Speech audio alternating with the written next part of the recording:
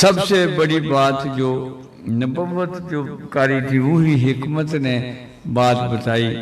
اپنے بیٹے کو کہا کہ اللہ کا شریک نہ بنانا، اللہ کوئی دوسرا نہیں ہے، کسی طرح بھی اللہ دوسرا نہیں۔ یہ آپ کسی سے کوئی امید لگا لو، یہ بھی شرک میں آتا ہے۔ امید بھی اللہ سے، مانگنا بھی اللہ سے، جو کچھ کرنا اللہ سے، بندے سے جو ہے نا اوپر سے حکم ہوگا تو بندہ آپ کے لیے کرے گا، نہیں تو نہیں کرے گا۔ اگر آپ نے ہیرا پھیری کی، کسی کی چاپلوسی کی، اللہ کی محبت کے بغیر، اللہ کی چاہتوں کے خلاف، اللہ نے جیسا چاہا ہے احترام قائم رکھنا ہے، امید نہیں لگانی، امید اپنے اللہ سے لگانی ہر وقت، دیانتداری کے ساتھ اللہ کو راضی کرتے ہوئے اپنی ڈیوٹی کریں،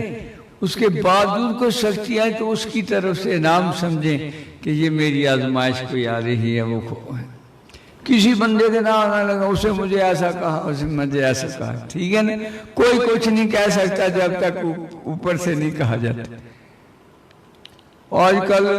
99% لڑائی ہو رہی ہے، ہیڈ ماسٹر نے میرے خلاف یہ کہہ دیا، فلاں نے میرے خلاف چغلی کر دی، فلاں نے یہ کہہ دیا، وہ کہہ دیا۔ وہ کہتے ہیں یہ وقت ضائع کرنے کی بجائے تم اللہ کی یاد میں اور اپنی اصلاح کرو کہ تمہارے ساتھ ایسا کیوں ہوا۔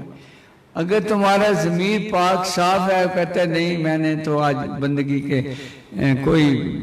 غلطی نہیں آنے نہیں، تو پھر دوسرا نام ہے جو مقربان الہی پہ آتا ہے کہ وہ انہیں درجات بلند کرنے کے لیے دکھوں سے گزارتا ہے، تکالیف سے گزارتا ہے۔